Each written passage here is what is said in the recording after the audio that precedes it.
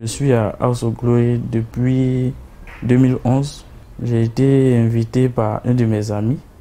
Parce que, à vrai dire, ça faisait un bon bout de temps que je ne partais plus à l'église.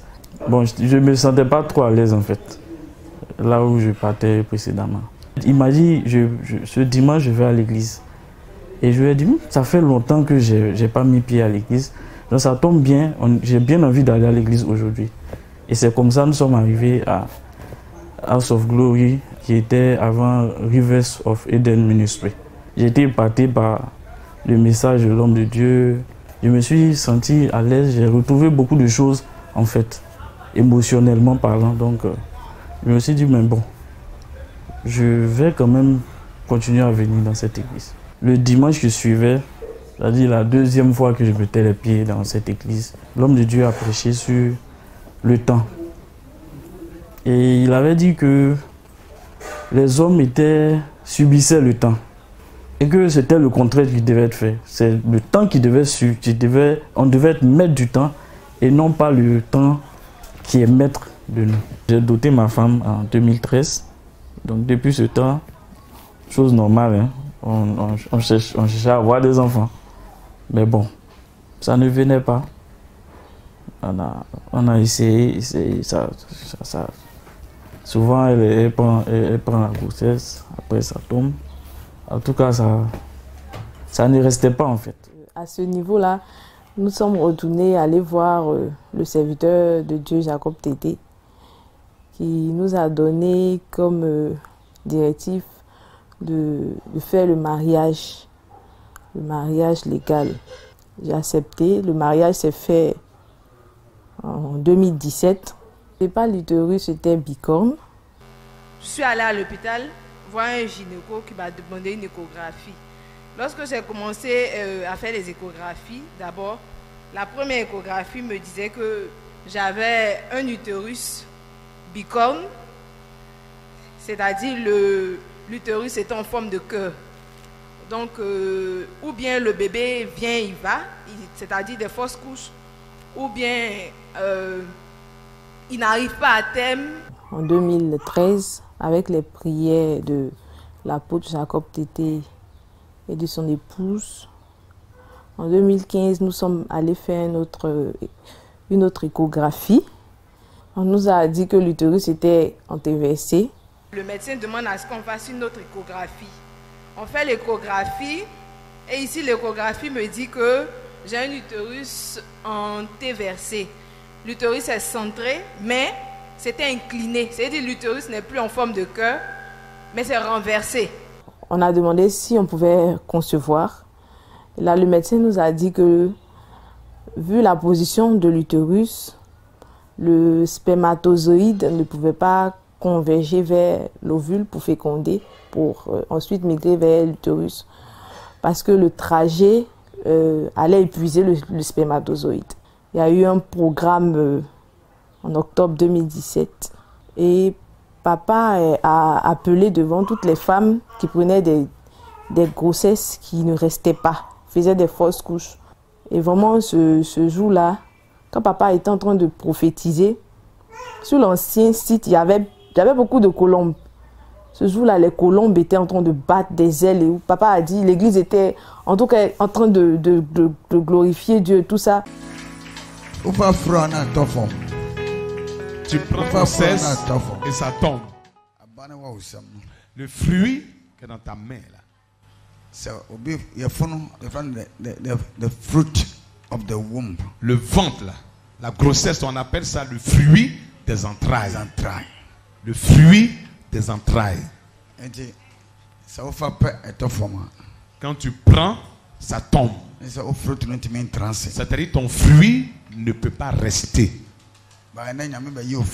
Mais aujourd'hui, le Seigneur vient te sortir de là.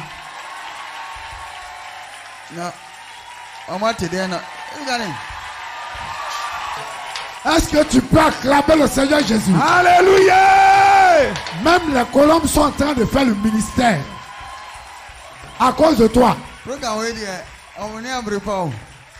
Ce programme-là, vraiment, les colombes sont très déterminés. Hein? March 25, programme. le 25 mars, le 25 mars 2018, quand je vais commencer le programme du fruit des entrailles, vous allez venir avec vos grossesses comme ça. Vous montrez, pour montrer au peuple, pour montrer au monde entier ce que Dieu a fait. Alléluia. Il nous a demandé de nous rasseoir.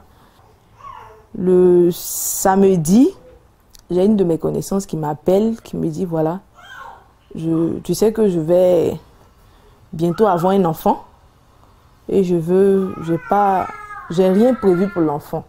Je veux que vraiment tu puisses faire le trousseau de l'enfant. Et la prière que j'avais reçue m'avait tellement édifié que je lui ai dit comme ça, oui, il n'y a pas de souci.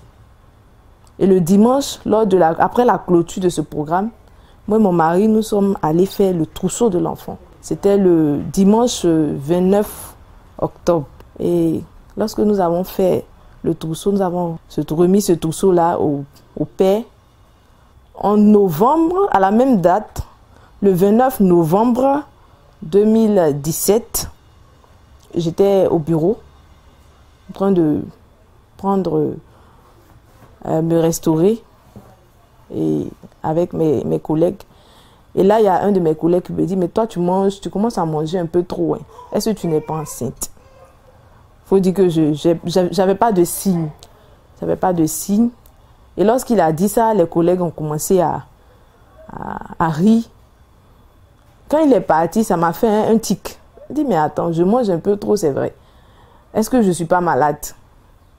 Et là, j'ai appelé mon homme de main, je lui ai dit, bon, va à la pharmacie, tu m'achètes des comprimés, puis tu m'achètes un test, on ne sait jamais. Et c'est ainsi qu'il a acheté, il est venu avec. J'ai commencé par le test. Il faut dire que je portais une ceinture électrique parce que j'ai un problème de dos et ça faisait déjà 10 jours. Donc, lorsqu'il est venu avec, je suis allée dans les toilettes, j'ai fait le test. Le test s'est avéré négatif. Donc, j'ai jeté le test et puis je suis sortie. Et quelques temps après, j'ai dit, bon, j'allais nettoyer les assiettes dans lesquelles nous avons mangé à midi. Et c'est là que la cuillère m'est tombée par la main. Donc, je me suis abaissée pour la prendre. Et je vois que le test qui était négatif est devenu positif. Et là, toute tremblante, en tout cas, mon premier acte que j'ai posé, c'était de contacter mon gynéco. Je lui ai dit que j'étais enceinte. Il m'a dit, bon, viens. Là, je suis arrivée à l'hôpital. Il m'a consulté. Il m'a dit effectivement que c'était une grossesse. Et moi, je lui ai dit que là, moi, je voulais une échographie. Il m'a dit, on ne peut pas faire d'échographie à ce stade-là. Je lui ai dit, je veux une échographie parce que je porte une ceinture électrique. La ceinture-là, un embryon même ne peut pas survivre. Donc, du coup, un fœtus ne peut pas survivre. Du coup, un embryon, ce n'est pas possible. Peut-être certes, je suis enceinte, mais l'embryon peut-être est déjà gâté. Il m'a dit, bon, tu viens dans 10 jours, je vais te faire l'échographie. 10 jours après, je suis allée faire l'échographie. Il m'a dit que l'embryon ne battait pas. Il fallait que je revienne. Bon, c'est ainsi que je suis revenue après. Et l'embryon battait. La grossesse est bien déroulée avec les prières de l'apôtre Jacob Tété, de son épouse. La grossesse est bien déroulée jusqu'au 8e mois. Au 8e mois, j'ai commencé à avoir des saignements et le col était ouvert. Le docteur m'a dit, bon, on ne peut pas faire tout ce chemin-là et puis perdre l'enfant au 8e mois. Donc, c'est ainsi qu'on m'a mis sur repos. Je suis restée en repos. Et du coup, le docteur m'a dit que c'est sûr que dès qu'on rentre si on a pu atteindre le 9e mois, le bébé va venir. Je ne vais même pas perdre de temps, le bébé sera là. Au 9e mois, je vais voir le docteur. Et là, le docteur me consulte, il ne comprend pas. Il me dit, mais je ne comprends pas, le col est fermé. Un col qui était ouvert où le bébé même voulait passer, tout ça. Bon, là, c'est fermé. Donc, reviens dans une semaine, on va voir. Je repars dans une semaine. Là, c'était la totale. Il me dit, le col est hermétiquement fermé. Je lui dis, mais docteur, on fait comment? Il me dit, on va procéder par une césarienne. Il faut dire qu'on a changé près de 3 gynécos pour cette histoire de césarienne. Parce que mon mari a dit, sa femme n'accouchera pas par césarienne. Donc du coup, moi-même, mon gynéco, même, on n'est plus reparti là-bas. Et ainsi de suite. Et c'est le seul gynécologue qui nous avait dit que ça va bien se passer par voie basse. Mais là, il vient et nous dit que on va procéder par la césarienne. Lorsqu'il a dit ça, je suis sortie de son bureau. Bizarrement, j'ai été, en tout cas, prise d'une désolation qui ne dit pas son nom. Et c'est ainsi que lorsque je suis arrivée à la maison, j'ai commencé à être angoissée. Et j'ai dit à mon époux que je ne sens pas cette chose-là, je ne la vois pas de façon positive. Il m'a dit, bon, c'est la peur, c'est bon. Bon, en tout cas, à mon entourage qui savait que j'allais accoucher, j'avais dit que cette opération-là, c'est pas bon. Je sens la mort. Bon, à tout ce que je disais, ils trouvaient que c'était la peur et tout ça. Mais moi seul, je savais ce que je ressentais. Et c'est le dimanche, au programme de l'impactation, le dimanche matin, je devais partir au programme de l'impactation. Lorsque mon mari se réveille, tout brusquement, il me dit, j'ai rêvé, j'ai vu le bébé. J'ai vu le bébé. Je lui dis, mais tu as vu le bébé et moi? Il dit, mais c'est bizarre, mais je ne t'ai pas vu. J'avais le bébé pleurait, et puis je disais, mais attends, je fais quoi avec le bébé? Où est ma femme? Et je lui ai dit, tu as vu? Quand je dis que si je me fais opérer le 1er août, l'opération était prévue pour le 1er août. Si je me fais opérer le 1er août, je vais mourir, tu as vu? Il dit, bon, allons, on va voir le prophète. Il dit, mais lors des programmes, là, pour voir l'apôtre, c'est compliqué. Parce que déjà, il est épuisé, et puis bon, voilà. Et c'est ainsi que, lorsqu'on partait, j'ai adressé une prière à Dieu. J'ai dit, Seigneur, permette que je puisse voir l'apôtre pour expliquer ce que je ressens. Parce que si mon entourage me dit que c'est parce que j'ai peur et tout ça, alors que je ressens autre chose, Seigneur, aide-moi. Et c'est comme ça que nous sommes allés au programme d'impactation. Papa m'a prise par la main. Et papa a dit, il a dit une phrase, il y a des gens qui ont la chance, quoi. Les gens qui ont la chance. Je suis allée sur la montagne, je suis allée prier, je viens. Dieu me montre clairement que cette femme-là, elle est là, elle est couchée sur la table. Il y a une confusion au niveau des médecins. Il y a d'autres qui disent opérons-la, il y a d'autres qui disent qu'elle peut accoucher par voie basse. Donc Dieu me dit, tu es mon fils, ce sont tes enfants. Il faut faire quelque chose en conséquence pour eux. Et c'est ainsi que papa a fait une directive. Et ce qui m'a touché, c'est que lors de la directive, il a été précis. Quand il priait pour moi, il a dit, j'ouvre tout col qui est fermé. Je n'ai jamais dit à papa que mon col était fermé. Pour une opération, pour une femme enceinte, on peut dire que le bébé manque de liquide amniotique. On peut dire que le bébé est en position de siège. Tout ça, ça nécessite une opération. Mais Dieu lui a dit clairement que cette femme-là, son problème-là, ce n'est pas au niveau du liquide amniotique, ce n'est pas au niveau... Mais c'est par rapport au col. Autour de cette femme, j'ai vu qu'elle était couchée à l'hôpital. J'ai demandé au Seigneur, ça signifie quoi? J'ai entendu ça clairement. Il dit, il y a une confusion qui s'est passée au niveau des médecins. Il y en a qui disent qu'on l'opère. C'est-à-dire qu'on fasse une césarienne. Il y a d'autres qui disent qu'on ne fasse pas de césarienne. Et quand ils ont fait, la mère n'a pas eu la vie sauve. C'est l'enfant qui est sorti, la vie sauve de là. C'est la mère restée à la césarienne. C'est clair. J'étais vraiment délivrée parce que je sentais, je sentais que c'était la mort. Et mon entourage ne me croyait pas du tout. Et là, papa a révélé comme si il vivait avec moi. Et c'est ainsi que lorsqu'il a prié, le lundi, il a prié le dimanche, le lundi, j'étais couchée.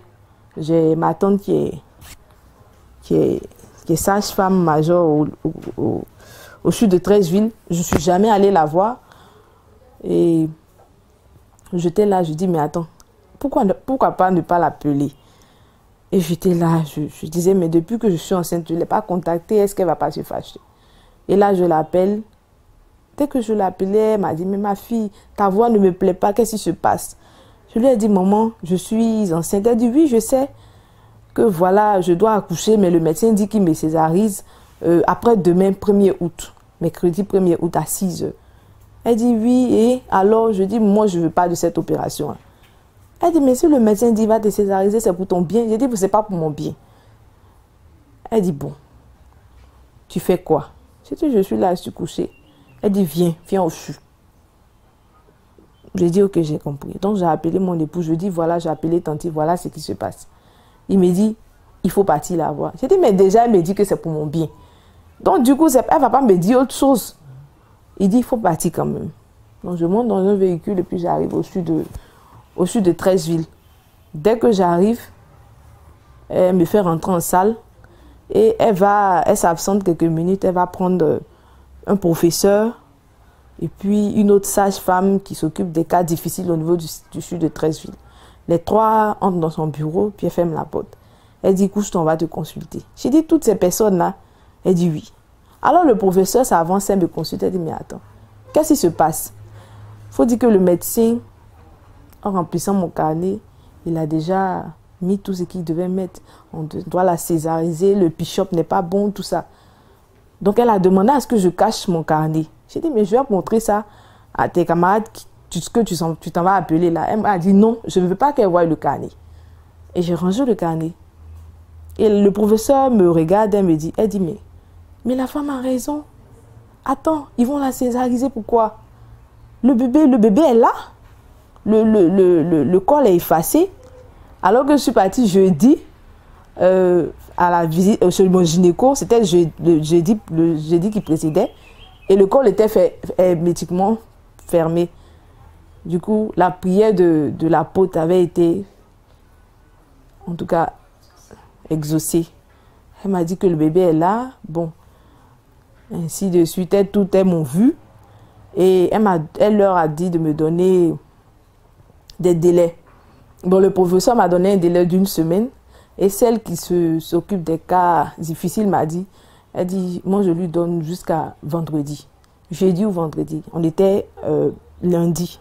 Elle dit, jeudi ou vendredi, elle va accoucher.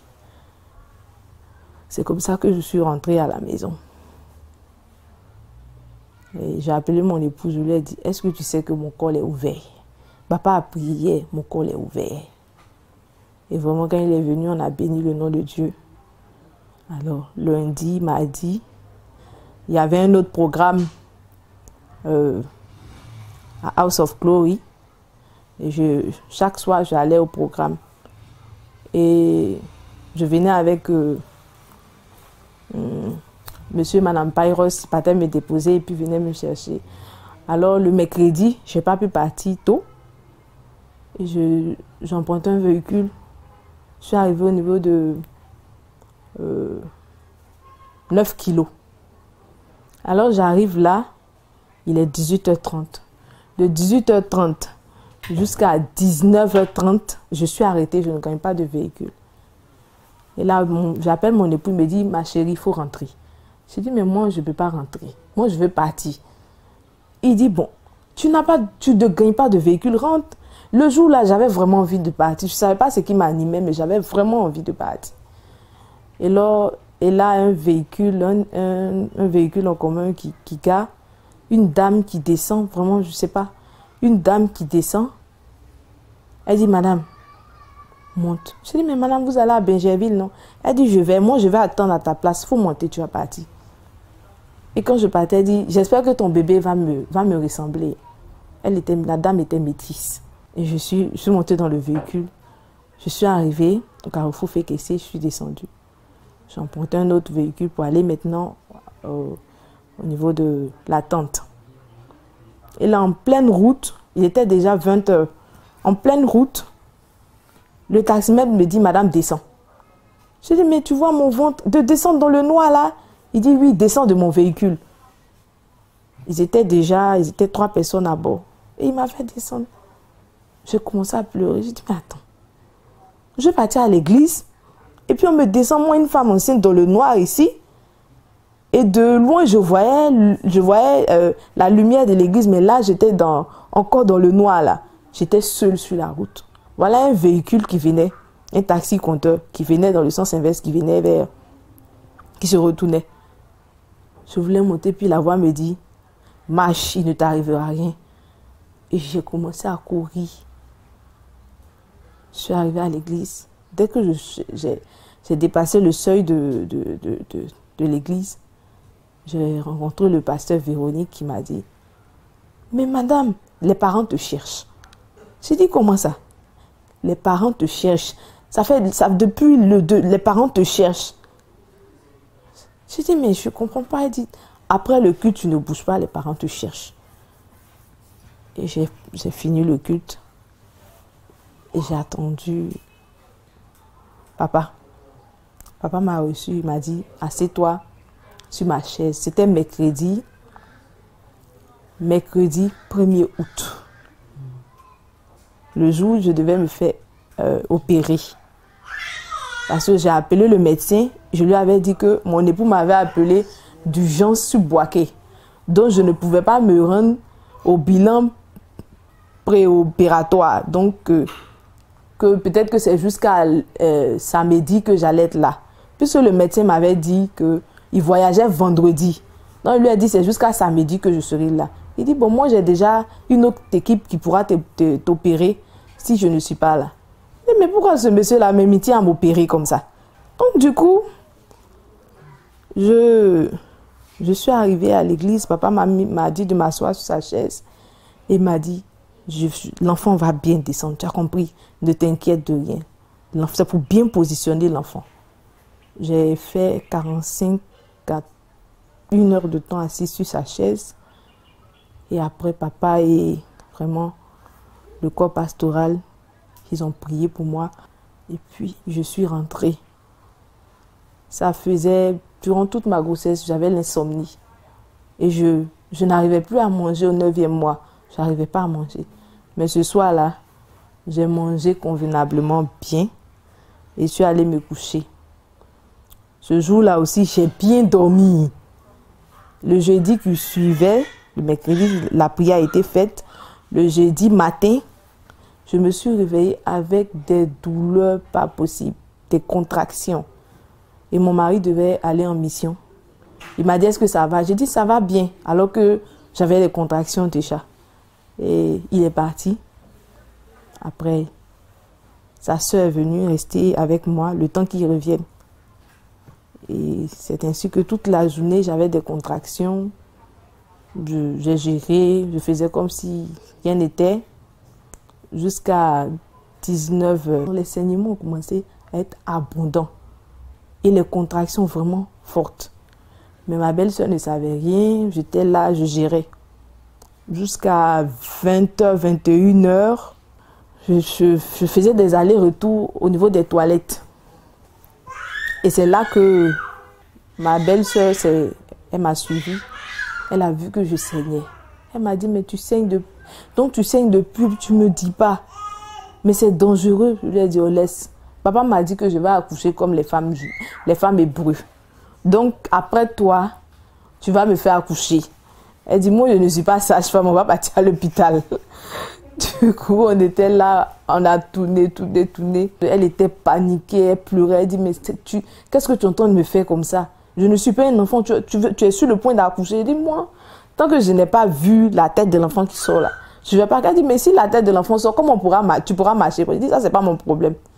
Elle était obligée d'appeler ma tante sage-femme, qui elle partait à une formation. Elle voulait vraiment faire mon accouchement, mais elle partait à une formation.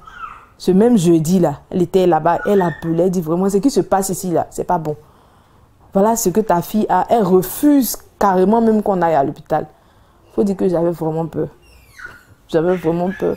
Parce que je sais que Dieu a dit, il va le faire, mais les hommes, le médecin, peut-être qu'on va arriver, il va vouloir défier la main, il va dire, bon, de toute façon, c'est moi qui suis le... J'avais peur. Et on est resté dans cet élan-là jusqu'à minuit. C'est là que je me suis décidée à aller à l'hôpital. À minuit, elle est partie, elle s'est avancée. Et vraiment, en partant, j'ai dit, Dieu, je me remets en tes mains. J'ai appelé Madame Kipré. Et je lui ai dit, Madame Kipré, je suis sur le point d'accoucher. Et vraiment, elle a couru vers les parents, elle leur a dit, ils m'ont donné une directive. Et vraiment, quand je suis allée à l'hôpital, en route, quand Dieu fait quelque chose, le diable veut toujours passer derrière. Et quand papa nous dit que le diable il est bête. Quand il fait spirituellement, jusqu'à un moment, il veut venir physiquement. En allant à l'hôpital, j'ai dit à ma belle-mère, je vais marcher. Ma belle-soeur que je vais marcher. Elle dit, mais tu as déjà mal. Tu dis, tu veux marcher? J'ai dit, oui, je vais marcher. Marchons un peu en pointeur devant. Et lorsqu'on partait, voilà une voiture qui gare. Et il y a 4 personnes qui descendent pour venir nous agresser. On ne sait même pas d'où un taxi-compteur, il est venu, il a ouvert les portes, il a dit, Madame, montez rapidement. Il a démarré même avant qu'on ne lui dise même notre destination. Il dit, mais ils allaient vous agresser. Et il a demandé, on va où? Je lui ai dit, on va à la telle clinique. Ma belle-sœur a dit, mais c'est pas ton médecin là. J'ai dit, je vais partir là-bas parce que c'est lui qui a dit qu'on va m'opérer. C'est lui qui va se contredire. Et c'est ainsi qu'on est arrivé. On est arrivé, on m'a reçu. On appelle le médecin ne décroche pas. Plusieurs fois. Et là, les infirmiers ont décidé d'appeler son assistante, la sage-femme avec qui il travaille. On appelle la sage-femme, elle dit, je viens. Elle arrive, elle vient directement dans la salle où j'étais, dans ma chambre. Elle ne passe pas par l'infirmerie, même pour regarder dans le carnet. Et c'est là que elle vient, elle me regarde, elle dit, mais vous n'avez même pas de contraction. Quand je touche votre ventre, vous n'avez même pas de contraction. Je lui ai dit, moi, je n'ai pas dit que je voulais venir ici. Je n'ai pas dit que je vais accoucher. Il va accoucher. J'ai dit, hier, est à la maison. Voilà, ma belle-sœur dit de venir accoucher. Donc, on est venu. Et c'est ainsi que, quand elle m'a regardé, elle dit, madame, vous êtes dilatée jusqu'à 4 cm. Que ça m'étonne. Votre ventre, même, il n'y a même pas de contraction, mais vous êtes dilatée. Vous allez accoucher dans les 2 heures qui suivent. Je me suis dit, ah, donc votre affaire là, c'est comme ça. Le médecin n'a pas décroché jusqu'à ce qu'on arrive en salle d'accouchement.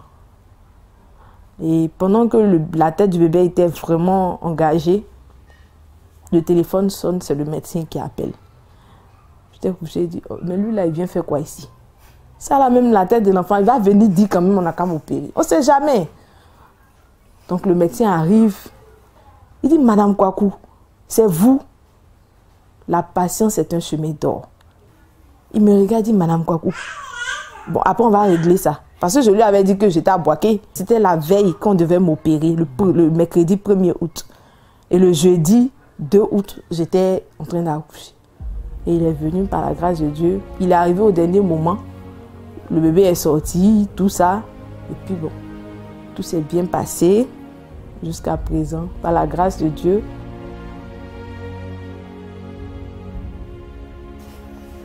Ma chère.